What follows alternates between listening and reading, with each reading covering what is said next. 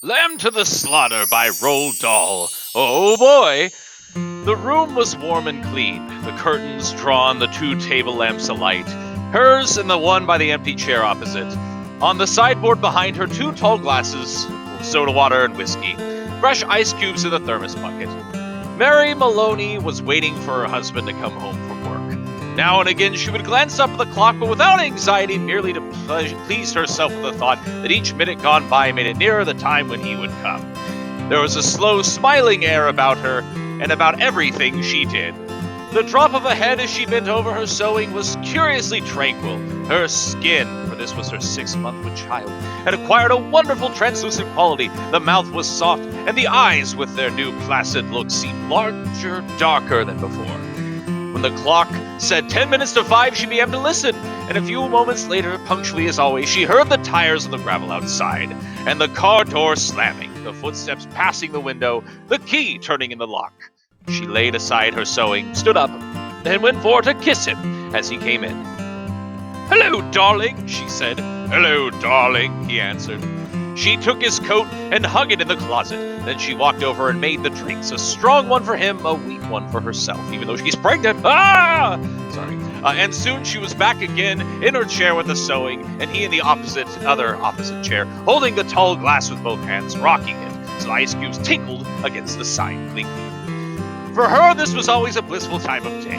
She knew he didn't want to speak much until the first drink was finished, and she on her side was content to sit quietly, enjoying his company after the long hours alone in the house.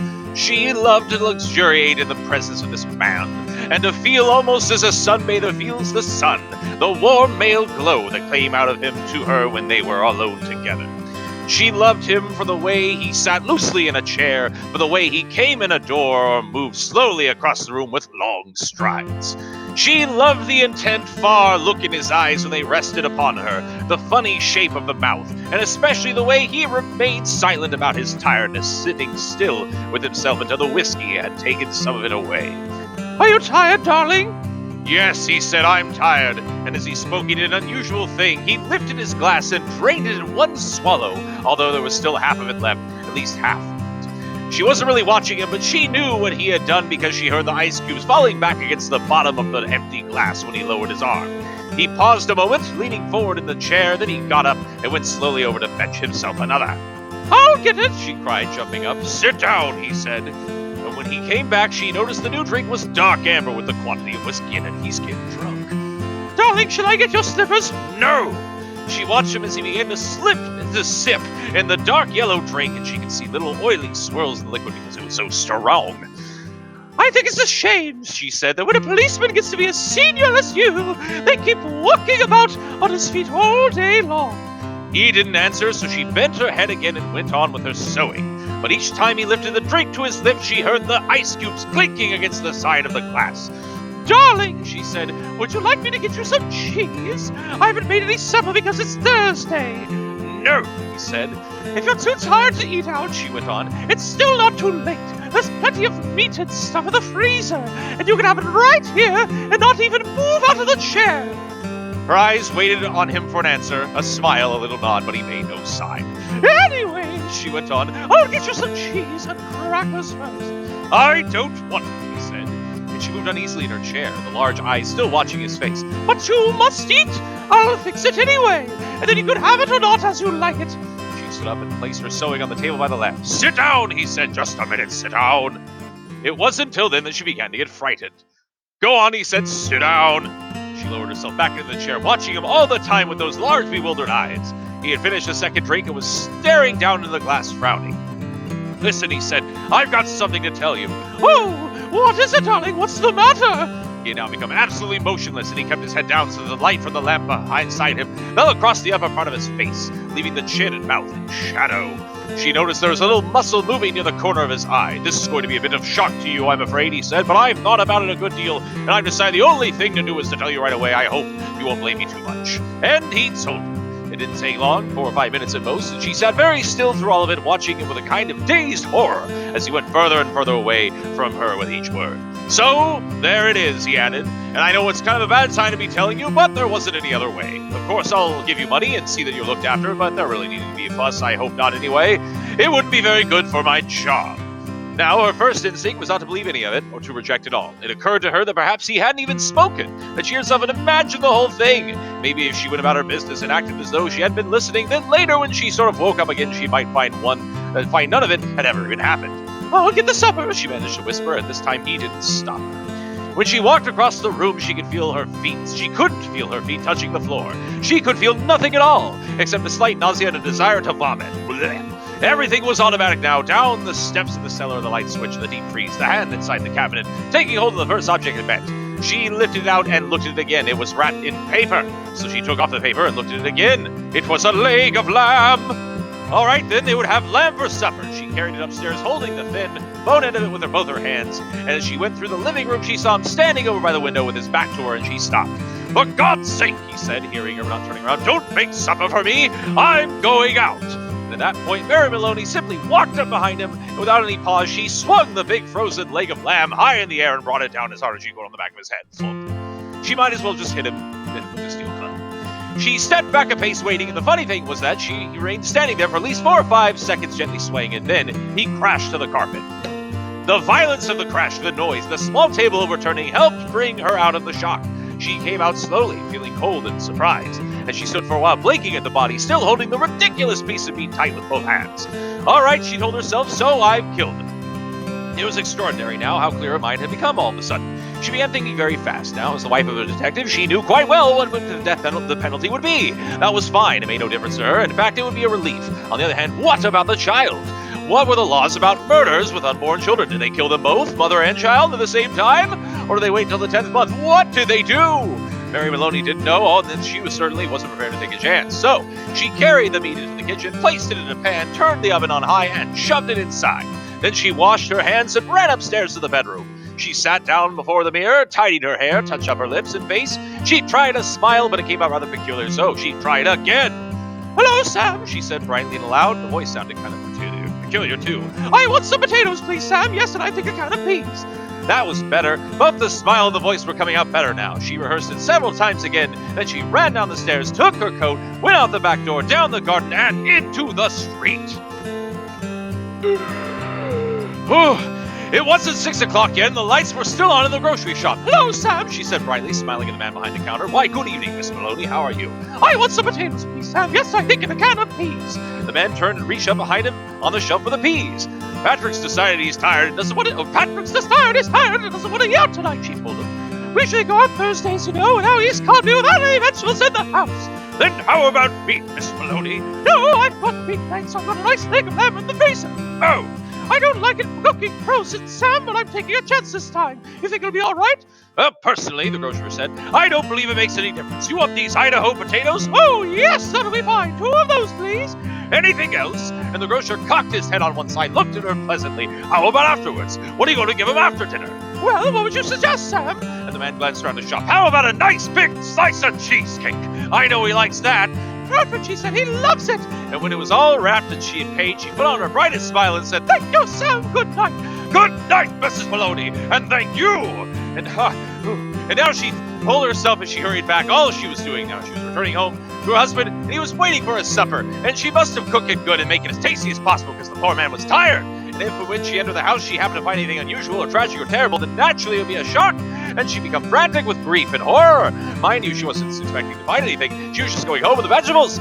Mrs. Patrick Maloney going home with the vegetables on Thursday evening to cook her supper for her husband. That was what she told herself, at least. Do everything right and natural. Keep things absolutely natural, and there'll be no need for acting at all. No, not to me. Therefore, when she entered the kitchen by the back door, she was humming a little tune to herself and smiling. Patrick, she called. How are you, darling? She put the parcel down on the table and went to the living room. And she saw him lying there on the floor with his legs doubled up and one arm twisted back underneath his body. It was really rather a shock. All the old love and longing for him welled up inside her, and she ran over to him, knelt down beside him, and began to cry her heart out. It was easy. No acting was necessary. A few minutes later, she got up and went to the phone. She knew the number of the police station, and when the man at the other end answered, she cried to him, Quick, up quickly! Patrick's dead! Who's speaking, ma'am? Miss Maloney, Miss Patrick Maloney. You mean Patrick Maloney's dead? I think so, she sobbed. He's lying on the floor, and I think he's dead. Be right over, the man said. And the car came very quickly. She opened the front door. 2 policemen walked in. She knew them both. She knew nearly all the men in the precinct, and she fell right into the chair, then went over to join the other one, who was called O'Malley, kneeling by the body. "Is he dead?" she cried. "I'm afraid he is. What happened?" Briefly, she told her the story about going out to the grocer and coming back to find him on the floor. While she was talking, crying, and talking, Noonan discovered a small patch of congealed blood on the dead man's head. He showed it to O'Malley, who got up at once and hurried to the phone. Soon other men began to come into the house. First, a doctor, then 2 detectives, one of whom she knew by name. Later, a police photographer arrived and took pictures, and a man who knew about fingerprints. There was a great deal of whispering and muttering beside the corpse, and the detectives kept asking her lots and lots of questions, but they always treated her kindly. She told her story again, this time right from the beginning when Patrick had come in, and she was sewing, and he was tired, so tired he hadn't wanted to go out for supper. And she told how she didn't put meat in the oven. "It's there now cooking," she said, and how he'd slipped off to the grocer for vegetables and come back to find him lying on the floor.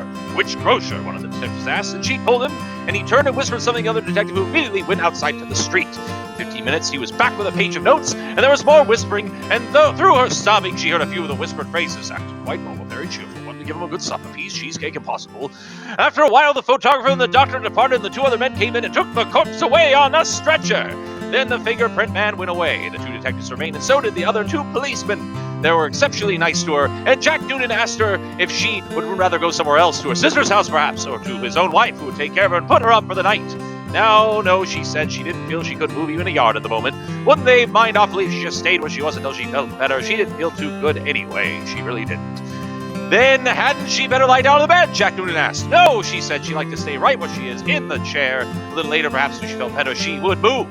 So they left her there while she went about her business. Or they went about their business, searching the house. Occasionally, one of the detectives asked her another question. Sometimes Jack Noonan spoke at her gently as he passed by. Her husband, he told her, had been killed by a blow to the back of the head administered with a heavy blunt instrument, almost certainly a large piece of metal.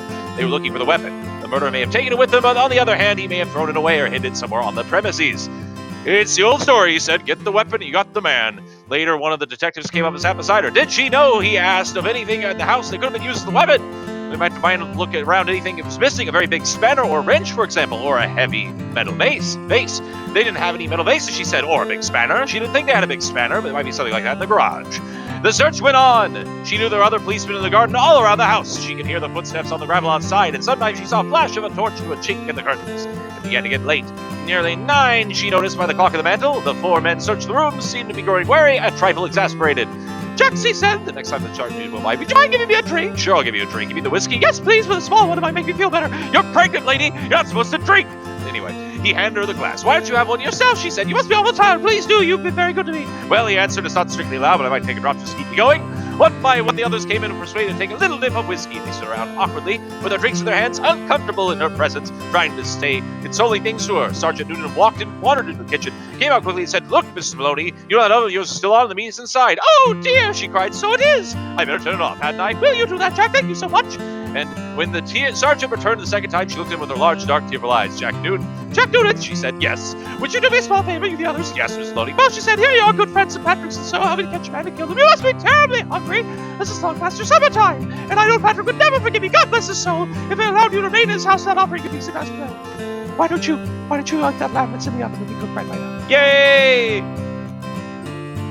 "Wouldn't dream of it," Sergeant Noonan said. "Please," she begged, "please eat the lamb. Personally, I couldn't touch a thing. Certainly now that's been in the house when he was here. But it's all right for you. It'd be a favor to me if you could eat it up. Then you could go on with your work again afterwards." Well, there was a good deal of hesitating among the 4 policemen, but they were clearly hungry, and in the end they were persuaded to go into the kitchen and help themselves to the lamb. The woman stayed where she was, listening to them speaking among themselves, their voice thick and sloppy because her mouth was full of meat. "Have some more, Charlie?" "No, better not finish it. She wants us to finish it. She said so by doing her a favor." "Okay, then, give me some more." "That's a hell of a big club the guy must use to hit poor Patrick," one of the police officers was saying. "The doc says his skull was smashed to pieces just like from a sledgehammer. That's why it ought to be easy to find." "Exactly what I said." "Well, whoever done it, they're not going to be carrying a thing like that around with them no longer than they need." And one of them burped. "Personally, I think it's right here on the premises. Probably right under our very noses. What do you think, Jack?" And in the other room, Mary Maloney began to giggle.